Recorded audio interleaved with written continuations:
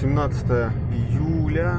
Едем в село Иргаклы со Ставрополя. Здесь сейчас под Георгиевском.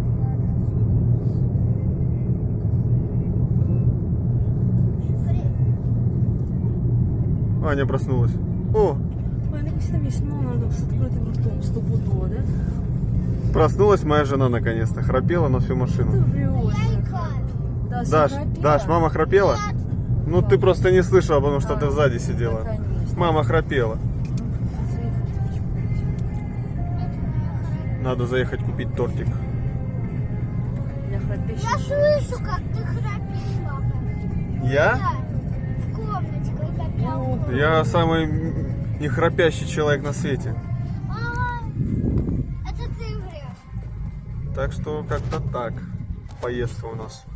Нет, папа, ты когда меня укладываешь, сначала не храпишь, потом чуть-чуть храпишь, а потом уже храпишь. Чуть-чуть не храпишь, а потом храпишь? Понятно. Вот так вот папа, храпун.